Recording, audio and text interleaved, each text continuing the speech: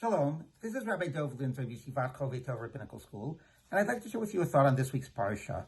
And it's particularly right now when we're in a very uncertain moment as a country, that it's worth taking out a minute to reflect on what is it the Torah is telling us about the basic principles in which we're supposed to live our lives, and as which is supposed to create the sense of the city and govern the polity in which we live.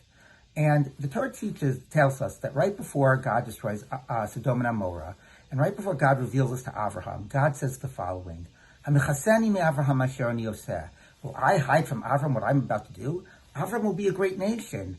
And Avraham, I know Yedativ, I have chosen him, I know him. Asher yitzavet banav ve'beito acharav. He will command his household to follow him. He will pass on to his future generations. What will he pass on? V'shamru derech Hashem la'asot tzedek and Mishpat. To watch, to observe, to practice the way of God, to do tzedakah, righteousness, and mishpat, and justice. This is what Avram is about. This is what he's here to pass down to his future generations. This is why Avram is going through the whole world, vayikra b'shem Hashem, calling out in the name of God, to teach people that a God exists, and the way of God is tzedakah and mishpat. Now that idea of the way of God, derech Hashem, is something that the rabbis particularly focus on in a verse that appears later in the Torah, where it says, "V'halachta bidrachav," we are supposed to live our lives by following in God's ways. And the rabbis ask, what are God's ways? And they answer this in one of two ways. Sometimes they speak about the attributes, the personal character traits, loving, caring, giving, chanun, rachum. Other times they talk about specific concrete acts. God takes care of the sick, God welcomes the stranger, you should take care of the sick, you should visit the sick, you should welcome the stranger. But in the Torah speaks in one place about what derech Hashem is.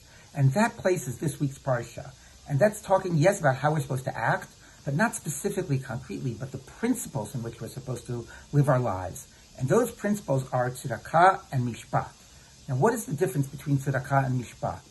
Rabbeinu Yonah says that mishpat is about justice, it's about truth, a standard of truth by which we live our lives and by which we deal with others. And tzedakah is about good, it's about care, it's about kindness, it's about our responsibility to do good towards others. How does this play out? Well, mishpat, justice, we see that when Avram challenges God, "Hashofet kol haaretz lo yaseh mishpat." Will the judge of all the world not deal justly? If you punish the righteous together with the wicked, if you live by a principle of falseness, of injustice, that is not mishpat. Mishpat is the wicked are punished, the righteous are rewarded. Mishpat is a standard of truth by which we measure our actions and by which we deal with others. And it is about truth and falsehood, about righteousness and wicked, about knowing which is which and acting accordingly. Tzedakah we use the word tzedakah to speak about giving to the poor, but it's not the word of charity. It's the word of tzedek, of righteousness, of obligation. The right way a world is supposed to live is that those who have are supposed to take care of those who have not.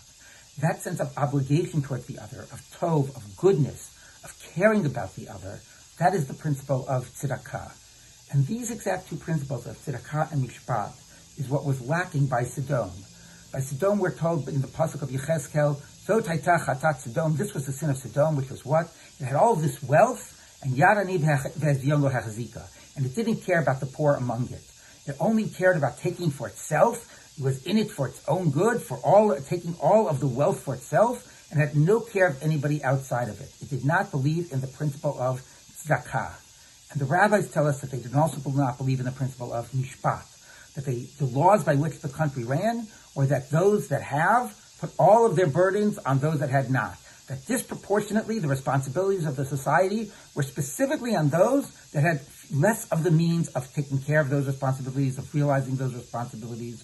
It was the poor that bear the responsibilities, not the rich. That was a perversion of mishpat. And what the Torah is telling us is that the way of Abraham, the way of living our lives according to God, is living our lives of, number one, by a standard of truth, and number two, by a standard of tzedakah, of a sense of obligation and responsibility to care for those, to care for others, to do good to others. Ultimately, it's the pasuk in Micha. What is it the Lord wants from you? Ahavas chesed, vasot mishpat, v'hatznei lechet im Elokecha. To live a life of good towards others, of an obligation towards others, not all about taking for yourself, about mishpat, about truth and measuring your actions based on truth, and hatznei lechet, about humility, about acting in a way that says we are not the center God is the center, other people are the center. We live our lives with humility, we live our lives of tzedakah and mishpat. Shabbat shalom.